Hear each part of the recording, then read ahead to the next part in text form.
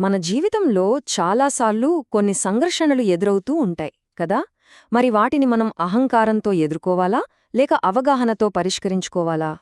ఈరోజు మనం చూడబోయే ఒక చిన్న కథ ఈ పెద్ద ప్రశ్నకు ఒక మంచి సమాధానం ఇస్తుంది. ఒక్కసారి ఊహించుకోండి, ఒక సన్నని వంతెన ఉంది. ఇద్దరు వ్యక్తులు ఎదురెదురుగా వస్తున్నారు. ఇద్దరూ ఒకేసారి దాటడం అస్సలు కుదరదు. ఇప్పుడు చెప్పండి, ఎవరు వెనక్కి తగ్గాలి, ఎవరు దారివ్వాలి? ఈ ప్రశ్న మీదే మన కథ మొత్తం నడుస్తుంది. సరే, మన కథ పచ్చటి అడవిలో మొదలవుతుంది. అక్కడ రెండు కొండలున్నాయి. వాటి మధ్యలో ఒక నది ప్రవహిస్తోంది. ఒక కొండమీద మిత్ర అని మేక, దానికి ఎదురుగా ఉన్న మరో కొండమీద భద్ర అని ఇంకో మేక ఉండేవి.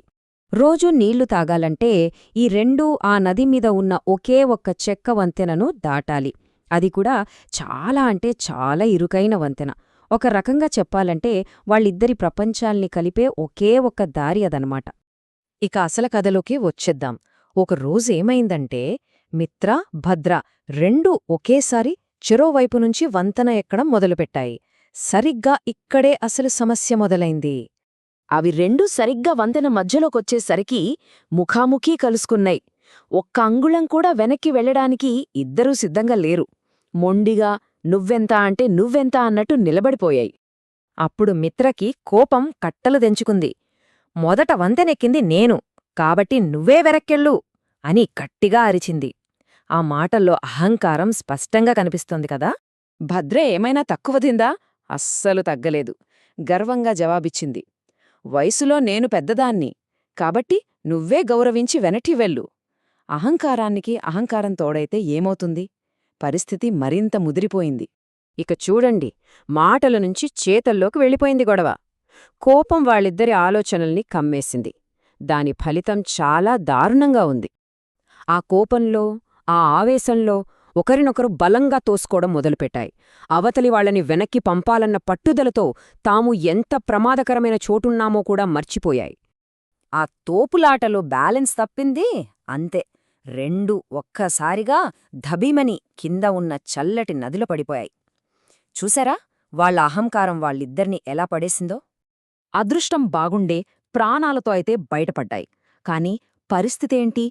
ఒళ్లంతా తడిసి ముద్దై, చలికి గజగజ వణుకుతూ, నీరసంతో ఒడ్డుకు చేరాయి. అన్నిటికన్నా ముఖ్యంగా చేసిన పనికి సిగ్గుతో తలదించుకున్నాయి. కథ ఇక్కడితో అయిపోలేదు. మరుసటి రోజు విధి మళ్లీ వాళ్ళిద్దరినీ అదే వంతెన దగ్గర అదే సమయంలో కలిపింది.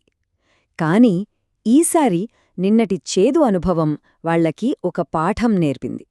ఈసారి మిత్ర గొంతులో కోపం లేదు. చాలా నెమ్మదిగా, వినయంగా ఒక మంచి ఆలోచన చెప్పింది. నేను కింద కూర్చుంటాను, నువ్వు నాపైనుంచి జాగ్రత్తగా నడిచివెళ్ళు అంది. చూశారా, గర్వం కాస్త సహకారంగా ఎలా మారిందో? పరిష్కారం ఎంత సింపుల్గా దొరికిందో చూడండి. మిత్ర వినయంగా వంతెనమీద కూర్చుంది. భద్ర దానిపైనుంచి జాగ్రత్తగా అడుగులు వేసుకుంటూ అవతల వైపుకు వెళ్ళిపోయింది. గొడవా లేదు, రచ్చా లేదు. ఇద్దరూ సేఫ్గా వాళ్ల దారిన వాళ్ళు వెళ్ళిపోయారు. ఇప్పుడు ఈ తేడా చూడండి. ఒకే వంతెన, అవే రెండు మేకలు. కాని మొదటి రోజు అప్రోచ్ వేరు, రెండో రోజు అప్రోచ్ వేరు. ఒకవైపు అహంకారం, కోపం, గొడవ. మరోవైపు వినయం, సర్దుబాటు, అవగాహన. ఫలితం కూడా మన కళ్ల ముందే ఉంది కదా. సరే, ఇంతకీ ఈ చిన్న కథ మనకు చెప్పే పెద్ద నీతి ఏంటి?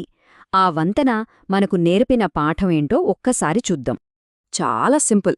ఈ కథలో రెండు దారులున్నాయి. ఒకటి అహంకారం. ఇది ఎప్పుడూ గొడవలు, కష్టాలకే దారితీస్తుంది. రెండోది అవగాహన. ఇది ఎప్పుడూ పరిష్కారాల్ని, సంతోషాన్ని చూపిస్తుంది. మరి ఏ దారి ఎంచుకోవాలన్నది మన చేతుల్లోనే ఉంటుంది. అందుకే అంటారు, సర్దుకుపోవడం, ఒకరినొకరు అర్థం చేసుకోవడం మనకి సంతోషాన్నిస్తాయి. కాని ఆ నేను అనే అహంకారముందే, అదెప్పుడూ కష్టాలనే తెచ్చిపెడుతుంది. ఆధిపత్యం కాదు, అవగాహనే అసలైన ఆనందానికి దారి. చివరిగా ఒక్క ప్రశ్న. మన జీవితంలో కూడా ఇలాంటి వంతెనలు ఎన్నో వస్తుంటాయి. అది బంధాల్లో కావచ్చు, పనిచేసే చోట కావచ్చు. మరి మనం ఆ వంతెనలని ఎలా దాటుతున్నాం? మొదటి రోజు మేకల్లా అహంకారంతోనా, లేక రెండో రోజు చూపించిన అవగాహనతోనా? ఈ విషయం గురించి ఒక్కసారి ఆలోచిద్దాం.